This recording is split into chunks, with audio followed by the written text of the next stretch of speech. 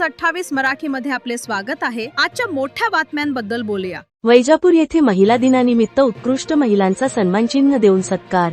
वैजापूर येथे Nirmala इन्स्टिट्यूटने we lead व Nirmala institute यांच्या संयुक्त विद्यमाने महिला मेळावा आयोजित करण्यात आला होता।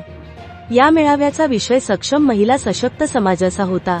या कार्यक्रमामध्ये महिलांच्या नेतृत्व विकासावर भर देण्यात आला।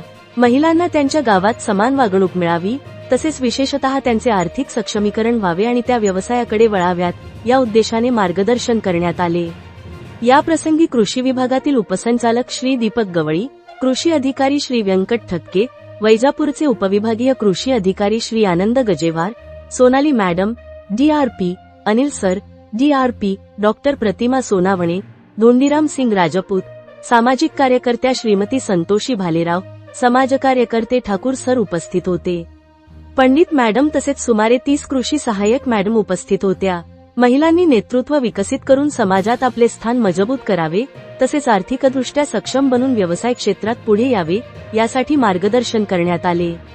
कार्यक्रमादरम्यान ज्या महिलांनी स्वतःचा व्यवसाय सुरू केला आहे, त्यांना मान्यवरांच्या हस्ते सन्मानचिन्ह देऊन गौरविण्यात आले। तसेच सांस्कृतिक कार्यक्रमांचे आयोजन करण्यात आले। शेवटी स्वादिष्ट भोजनाने कार्यक्रमाची सांगता करण्यात आली। इंडिया न्यूज 28 वैजापूर तालुका प्रतिनिधी अनिल सूर्यवंशीची रिपोर्ट।